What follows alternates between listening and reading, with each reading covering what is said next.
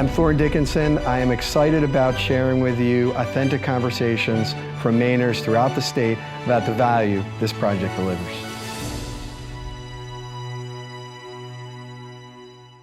In this week's episode, we begin a two-part recap of the first season of Clearing the Air by looking back at some of the memorable conversations around the benefits of this project. In part one, it's all about the economy.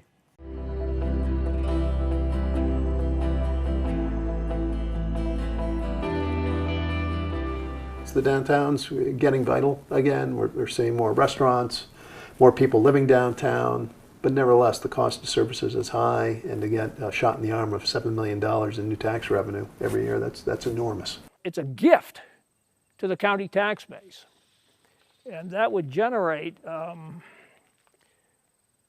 money that the county could use to cover its current needs, which is always a challenge with our county budget. And this applies to the school district as well. Yeah, I think for Lewiston, the single largest thing is just the enormous expansion the tax base has said. It's 3 times what our last really big project, the Walmart Distribution Center, this is 3 times the size of that. Just having those revenues, it'll really allow us to free up some resources and be able to focus our dollars where they can best be used.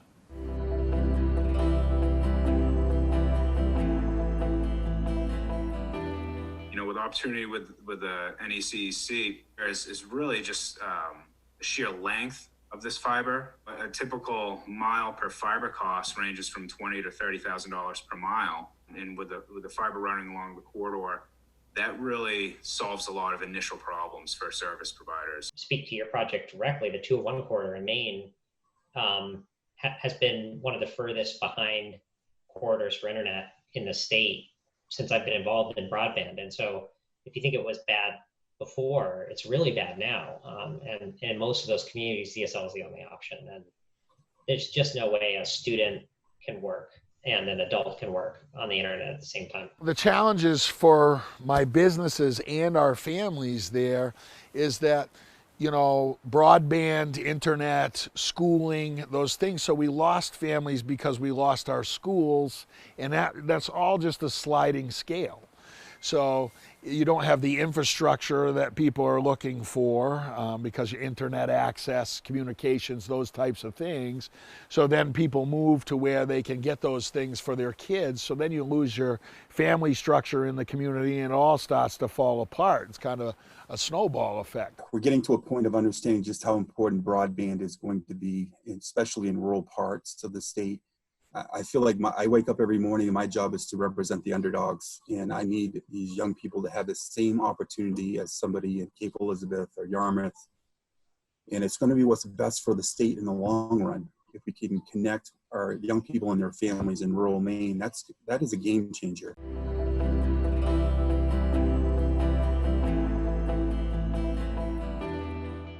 Being able to have a really good contract and stay focused on that and then fix things as we go along. It's kind of a blessing, really. For this project, we had estimated we needed around 47,000 timber mats to support the construction of the project. We were able to award to about 7 different Maine businesses to build these mats with a total value of around $19 million in direct awards to Maine businesses. I'm excited about that, and so aren't the guys. They really are. And to be able to hopefully hire another 4 or 5 good guys with this crew is going to be great. This CMP project goes a long way to allow us to overhaul the mill, to grow our business, and I'm just proud to be a part of it. Through the vine, you guys had heard that we were sawing mats, and I'm like, oh, with one phone call, the 4 or 5 former workers were here the following Monday. We're back sawing wood, like nothing ever happened. These guys are pumped to really be back to work here, and it's a nice feeling. Well, we could do over 100 a week easily, but getting this contract allowed us to get the building. We also have another sawmill that will be coming here as well as a debarker too.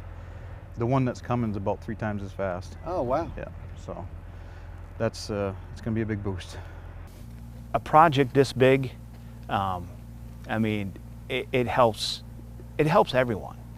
pretty much every piece of wood that comes through here serves a purpose, whether it's the sawdust, the wood chips go to the pellet mills, the firewood heats people's homes, and this is all part of this project. You know, we use every little bit of it, but the end result is it all gets used, and very little goes to waste.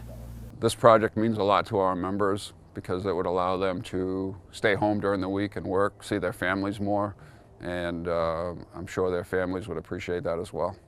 When a project like this comes along, they look forward to doing that work right here in their home state.